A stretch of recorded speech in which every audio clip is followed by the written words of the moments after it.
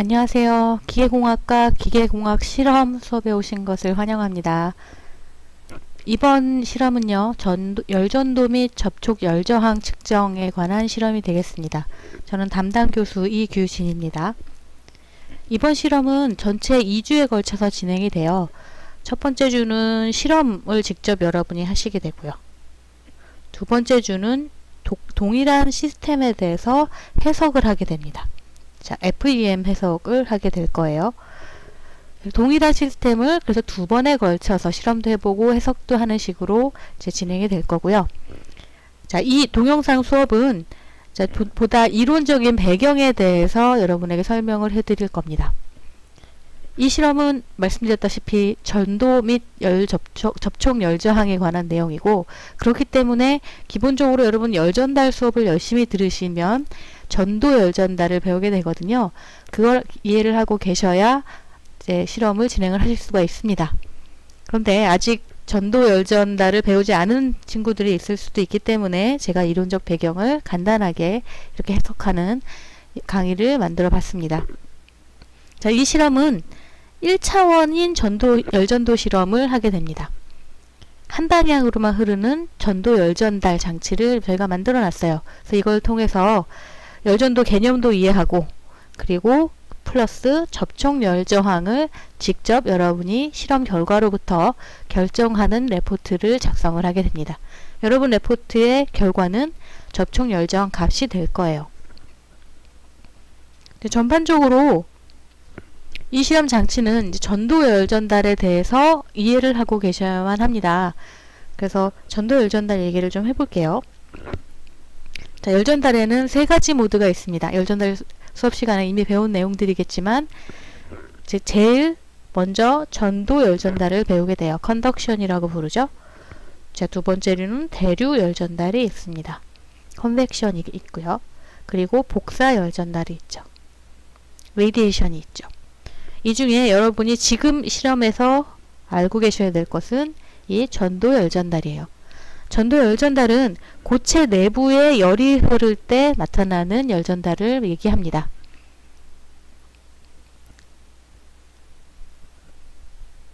자, 고체 내부에 열이 흐른다.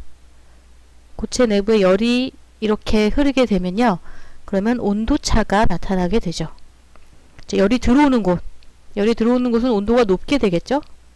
높은 온도가 나타나게 될 거고, 열이 흘러서 빠져나가는 쪽의 온도는 차가울 겁니다. 열이 들어오는 쪽이 더 뜨겁게 되겠죠. 자, 요 현상을 우리가 방정식으로 표현을 하게 되는데요. 이걸 전달률 방정식이라고 얘기를 합니다. 자, 1차원 한 방향으로 흐르는 열에 대한 전달률 방정식이라 하면 이렇게 미분 방정식으로 표현을 할 수가 있게 되는데요. 자, 요때 작용하는 요 Q는 단위 면적당 열전달 양이라고 해서 히플럭스라고 부르죠. 단위가 와트 퍼 미터 제곱이에요. 자, 와트는 에너지의 단위고 미터 제곱, 단위 면적당이란 얘기가 되겠죠. 단위 면적당 열전달 양은 뭐에 비례하느냐? 자, 온도의 9배에 비례하고, 요 K, 요게 열 전도도라고 얘기합니다. 자, 열 전도도는 물성치예요. 어떤 물질이 하나 결정이 되게 되면 고유하게 갖고 있는 성질입니다. 열 전도도는 와트 퍼 미터 K라는 단위를 갖게 됩니다. 자, 그리고 양쪽의 온도의 편차를 거리로 나눈 것, 그러니까 온도 9배가 되겠죠. 이 온도 9배의 열전달 양이 또 비례하게 됩니다. 자, 요게 열전달률 방정식이에요. 열전달에서 여러분이 여러 번 배우게 되는 그런 방정식이죠. 자, 요 방정식을, 자, 길이 L이라는, 이 고체의 길이가 전체 L이다. 그럼 이 길이 L에 대해서 적분을 하게 되면 이런 형태가 나타나게 됩니다. L분의 양쪽 끝의 온도, 이쪽 온도, T1-T2 온도 편차가 되겠죠. 자, 그래서 L분의 K 곱하기 온도 편차라는 형식으로, 자, 식이 조금 더 단순화되죠. 자, 적분한 거죠. 그래서 요걸 전달률 방정식이라고 하고, 실제로 온도의 편차에 의해서 열 전달량이 결정이 된다 라는 의미가 됩니다. 다시 이 식을 한번 설명을 해보면, 어떤 고체의 벽이 있다. 자, 이 고체 벽 한 변명원에서 자, Q라는 열이 들어온다. 단위 면적당 열이 들어온다. 그럼 이 열이 이 고체를 모두 통과해서 빠져나가게 되는 순간, 자, 이 고체의 내부에는 T1-T2의 온도 편차가 발생을 하게 된다라는 의미가 되죠. 거꾸로 얘기하면, 어떤 고체의 양쪽 끝에, 길이가 L인 고체의 양쪽 끝에 온도 편차가 T1-T2다. 그러면 이 고체를 통과하는 단위의 열량은, 열은 Q가 된다라는 의미가 되기도 됩니다. 자, 그래서 이렇게 이제 전달률 방정식을 통해서 자, 전도 열 전달을 계산을 할 수가 있어요. 이 방정식을 여러분이 좀 잘 기억을 하셔야 됩니다. 이 전달률 방정식의 형태를 보면 열 전달량이 온도 편차의 선형, 비례하는 것을 알 수가 있죠. 이 형태를 잘 보시면 전기 저항의 식하고 굉장히 유사한 걸 확인하실 수가 있어요. 전기 저항 생각을 좀 해보시면, 자, 전류는 전기 저항분의 전압차로 우리가 공부를 했었죠. 여기서의 전압은 전위는 언제나 상대적인 거기 때문에 전압의 차이를 의미를 하는 거거든요. 그래서 마찬가지로 이 전류도 흐름이고 에너지 히플럭스도 흐름이거든요. 자, 요것도 포텐셜이고 요것도 포텐셜이에요. 그래서 L분의 K가 마치 저항과 같은 이제 의미를 갖는다라는 걸 아실 수가 있습니다. 자, R이 마치 K분의 L 비슷한 역할을 하고 있는 거죠. 그래서 이런 밑에 열저항의 개념이 저희가 나타나게 되는 거죠. 조금 더 전도를 쉽게 계산하기 위해서 물성치와 길이를 열저항이라는 성질로 전환해서 생각을 해보자 라고 하게 된 거죠. 그래서 지금 여기 보시면 아까는 Q2'이 이제 히플럭스였는데 지금 그냥 Q로 나타냈네요. 그래서 여기에 지금 곱하기, 원래는 여기 A가 있어야 됩니다. 이거 못합니다. K 곱하기 면적, 그 다음에 온도의 9배로 나타나게 된다면, 자, 위에 있는 식을 밑에처럼 여기 면적 곱해져 있고 온도 편차로 나타나게 될 수 있는데, 이걸 우리가 전기 저항인 것처럼 R분의 T1-T2로 나타나게 된다면, 자, 요 열저항, 요걸 열저항이라고 얘기하죠. 열저항 R 값은 KA분의 L이라는 물성치와 길이, 면적과 같은 변하지 않는 값들로 표현이 되더라. 자, 이렇게 해놓고 난다면 열저항은 말 그대로 온도 편차를 열저항으로 나눈 게 에너지의 흐름, 연료는 온도 편차를 열저항으로 나눈 값으로 표현이 되더라. 간단하게 비례식으로 표현을 할 수 있게 된다 라고 해서 KA분의 L을 열저항으로 우리가 나타나게 됩니다. 자, 그렇게 해서 전도 시스템을 마치 전기 회로도처럼 지금 위에 있는 어떤 벽에서 Q가 흐르고 여기에 온도 T1, T2가 있다 라고 하는 이 시스템을 전기 회로도처럼, 자, 여기는 T1이고 여기는 T2고 여기는 R이고 Q가 들어간다. 요걸 등가 열회로라고 부릅니다. 이렇게 표현을 할 수도 있다 라고 얘기를 하는 거죠. 상당수 많은 시스템들이, 열 전달 시스템들이 이렇게 등가 열회로를 이용해서 표현을 하면 이해가 더 쉬운 부분들이 있습니다. 그래서 열저항, 등가 열회로를 많이 이용들을 하지요.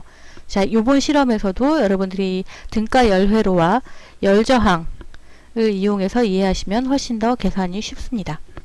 이제 거기에 더해서 이제 마지막으로 여러분이 아셔야 되는 건 접촉 저항이에요. 정확히 말하자면 접촉 열저항이 되겠죠. 이 접촉 열저항은 이상적인 시스템에서는 발생하지 않지만 현실 세계에서는 발생하는 열저항입니다. 일반적으로 열저항이라는 건 어떤 물체 내부에서 길이가 있어야 L이라는 길이가 있어야 온도 편차도 발생하고 하는 건데, 자, 이 접촉 열정은 길이가 없는데 열정이 나타나는 거예요. 상식적으로 자, 이렇게 길이가 만약에 L인 어떤 물체가 있는데 여기에 Q라는 열이 들어간다 라고 한다면 이때 온도 편차가 T1, T2 발생합니다. 조금 전에 했던 식처럼 나타나는 거죠. 근데 이 똑같은 시스템을 제가 길이가 2분의 L짜리 두 개로 묶어놨습니다. 두 개가 갈려졌어요. 이걸 붙여놨어요. 이렇게. 그리고 똑같은 열을 집어넣었을 때 T1', T2' 온도 편차가 어떻게 달라질까요? 만약에 이 접촉면이 완전히 이상적인 면이라면, 그리고 특별한 뭐가 없다면, 그러면 T1-T2와 T1' T2'은 같아야 되겠죠? 온도 편차가 온도 차이가 달라질 리가 없으니까, 같은 물체를 반으로 갈랐을 뿐이니까 같아야 맞지만 현실 세계에선 이렇게 되지 않습니다. 온도 편차가 이게 더 커져요. 가운데로 반으로 갈랐을 때 동일한 열이 흐를 때 온도 편차가 더 크게 됩니다. 자, 요거 현실 세계에서도 많이 적용이 돼요. 여러분, 겨울에 두꺼운 옷 하나 입는 것보다 얇은 옷 여러 개 겹쳐 있는 게 더 따뜻하다라는 말을 많이 들어보셨을 거예요. 그게 왜 그러냐? 두꺼운 옷 하나 입는 것의 열저항보다 가벼운 옷 여러 개 겹쳐 입었을 때의 열저항이 더 크기 때문입니다. 열저항이 크다는 얘기가 단열이 잘 된다는 얘기죠. 자, 그래서 여러분도 이미 이 원리를 알고 계십니다. 자, 이렇게 접촉면에서는 실제로 있는 것 외에 접촉에 의해서 발생하는 열저항이 있는데, 그게 바로 이제 여기 나왔듯이 접촉면이 완벽하지 않기 때문이죠. 자, 접촉면은 언제나 거칠기라는 게 존재하고, 이걸 확대해서 보면 이렇게 울퉁불퉁해서 접촉면이 일부분만 접촉이 되고 있고 나머지 부분에 공기가 차 있습니다. 공기는 단열이 되게 잘 되거든요. 이 공기가 있는 층으로 열이 못 통과합니다. 그래서 열이 쉽게 지나가지를 못해요. 그래서 이 면적에서 열저항이 추가로 발생을 하게 되는 거죠.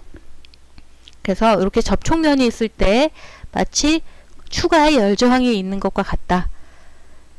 원칙적으로 따지면 이게 하나의 물질이라고 하면 여기 이쪽에서의 온도 완전히 가깝다고 하면 TA와 접촉면 바로 지나서의 온도 TB는 같아야 맞죠. 접촉면이 완전하다고 하다면. 하지만 완전하지 않기 때문에 접촉면이 이 온도는 달라지게 되고, 이 다른 온도 편차를 이용해서 접촉 열저항 값을 계산을 하게 됩니다. 그래서 제가 조금 전에 그렸던 이제 요 시스템의 등가 열 회로가 이렇게 열저항이 하나 있고, 여기 T1, T2 전도 열저항이 있고 Q로 표현이 된다면, 이렇게 그렸었다면 그 밑에 그렸던 두 반으로 갈른 이 시스템의 등가 열회로는 자, 반쪽짜리 2분의 R이겠죠? 아까 조금 전에 했던 거에서 길이가 반으로 줄었으니까. 그리고 이 접촉 면에서의 열저항 컨택, 그리고 다시 자 2분의 열저항. 자, 이렇게 표현이 되게 될 거예요. 그러니까 더 열저항이 많아지게 되고 그만큼 온도 편차가 커지게 되겠죠. 자, 이번 실험에서 바로 이런 접촉 열저항까지를 어떻게 결정할 것이냐를 공부하게 될 겁니다. 일반적으로 이 접촉 열저항이 열전달을 제어하는 엔지니어 입장에서는 뭐 늘려야 될 경우도 있고 줄여야 할 경우도 있지만 언제나 제어해야 할 대상이에요. 그래서 열저항을 줄이기 위해서 많은 대책들이 강구되어 있는데요. 그 중에 어떤 것들은 이 접촉면에 더멀 그리스와 같은 어떤 접촉 물질을 저희가 채워 넣습니다. 조금이라도 열전달이 잘 되라고요. 이런 건 보통 그리스같이 점도가 높은 액체, 점성 액체 같은 것들로 공기 대신에 채워주게 되면 접촉 열저항이 좀 감소하는 효과를 저희가 얻을 수가 있고요. 아니면 아예 용접 같은 액체 금속을 채워 넣는 식으로 이제 진행을 하기도 합니다. 납땜 같으면 이제 그렇게 하게 되겠죠. 자, 그래서 이 접촉 열저항을 우리가 한번 측정을 해보자 라는 의미에서 여기 열전도 실험 장치를 만들어 놨습니다. 저희가 이제 제작을 한 거고요.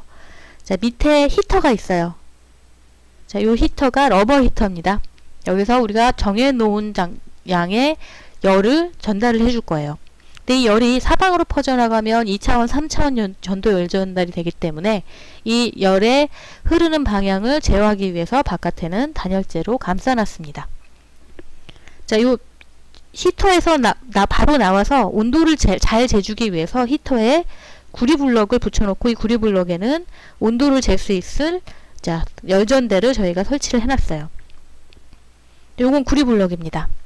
자, 그리고 이 히터와 러버 히터 사이에는 완전히 접착을 해놔서 따로 접촉 열장은 없습니다. 없다고 가정해야겠죠. 자, 그리고 난 뒤에 이 구리블럭 위에 우리가 열전달을 일으킬, 전도 열전달을 일으킬 시료, 알루미늄 샘플을 올려놓을 겁니다. 자, 이 알루미늄 샘플의 열 전도도는 저희가 알고 있어요. 그리고 이 시료 위에는 또 구리로 되어 있는 냉각판을 올려놓을 겁니다. 이 냉각판에는 자, 항온조로부터 일정한 온도에 물이 계속 흘러서 온도가 유지될 거예요. 밑에 히터가 들어오더라도 이 냉각판의 온도는 일정하게 유지시킬 겁니다. 자, 온도는 어디에서 잴 거냐면요. 이 구리판에서 온도를 한 군데 잴 거고요. 이 구리판 위에 여기서의 온도는 유지된다. 자, 냉각판에서의 온도가 유지된다라고 보시면 될 겁니다. 자, 열은 히터에서 나와서 냉각판으로 흐르는 한 방향으로 이 올라가는 방향으로만 흐르게 될 겁니다. 자, 이제 몇 가지 실험을 하게 될 건데요. 먼저 첫 번째 실험은 구리와 알루미늄 접촉면 사이의 열 저항을 측정을 할 겁니다. 자, 온도는 사실은 두 군데지만 한 군데에서만 측정하게 돼요. 왜냐하면 샘플 윗면에서의 온도는 따로 측정하지 않고 냉각판에서의 온도가 일정하다라고 가정이 되어 있기 때문에 이 냉각판과 알루미늄 판 사이의 열 저항은 여러분이 모릅니다. 자, 여기에서의 열저항, 구리 냉각판과 알루미늄 사이의 열저항에 접촉 열저항이 있게 되고요. 그리고 동일하게 알루미늄판과 그 아래쪽 구리판 사이에 접촉 열저항이 있습니다.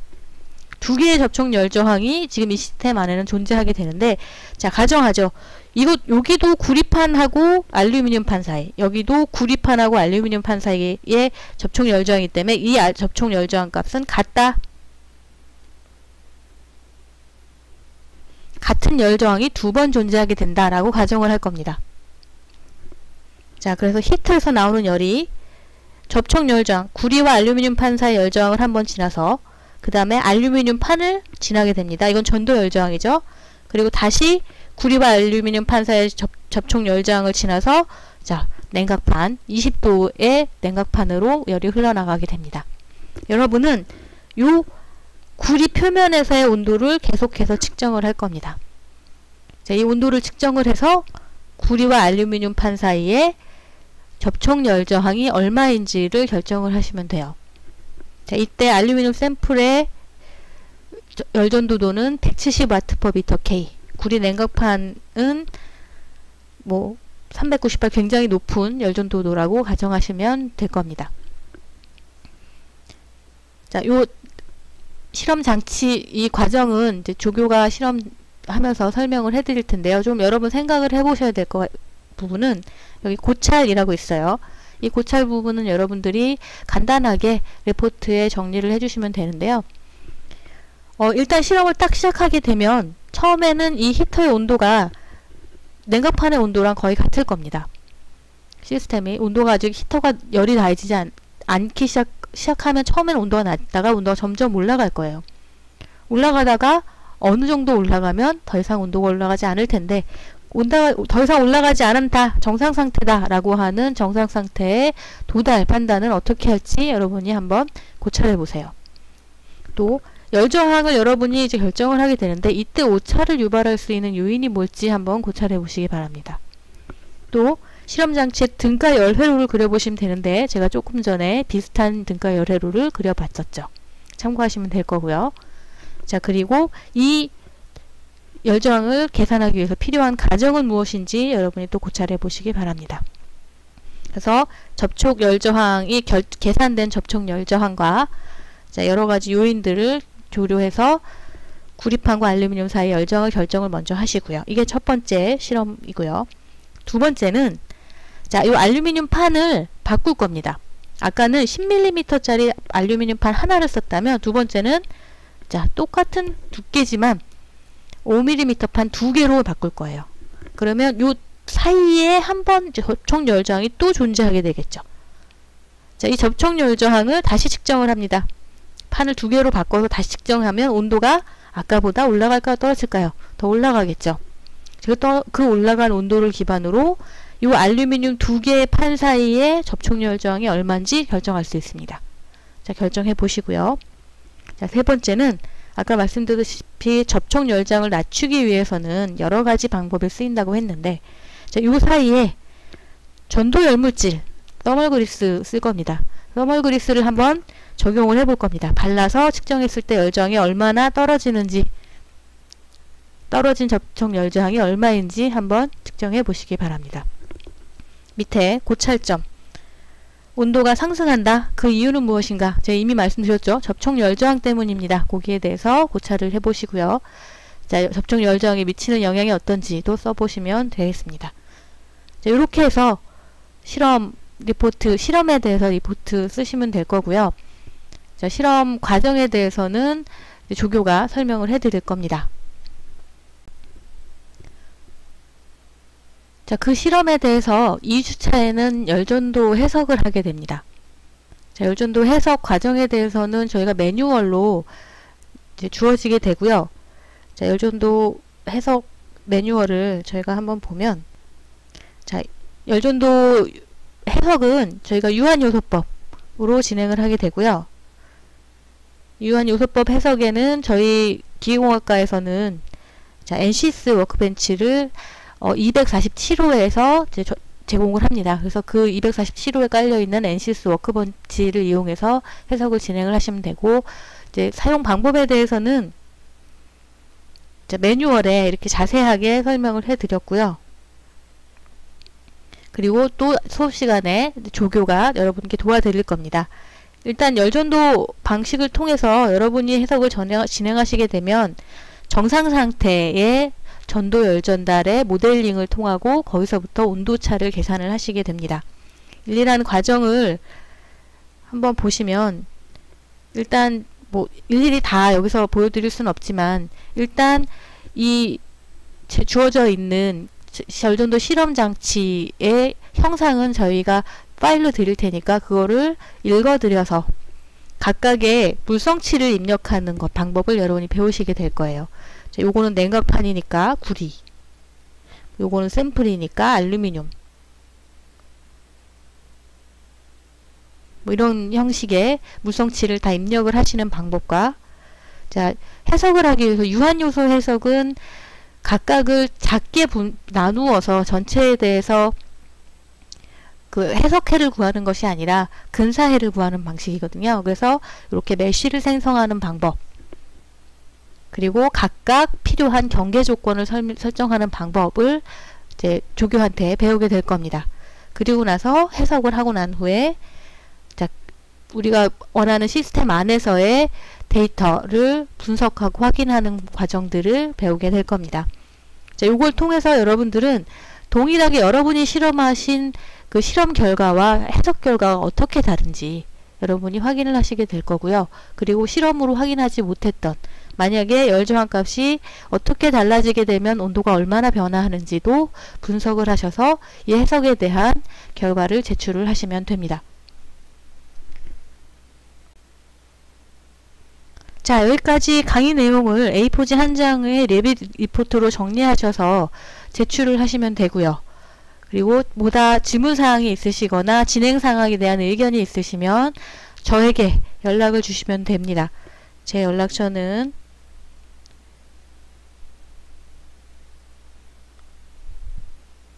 이고요.